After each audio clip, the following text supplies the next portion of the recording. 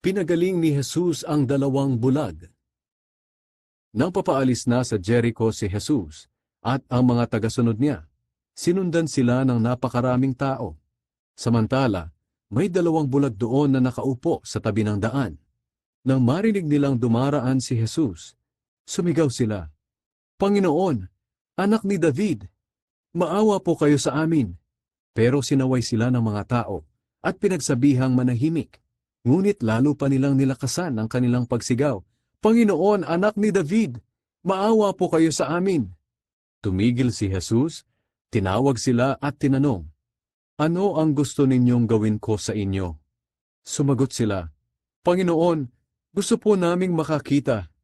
Naawa si Jesus sa kanila, kaya hinipon niya ang kanilang mga mata. Agad silang nakakita at sumunod kay Jesus.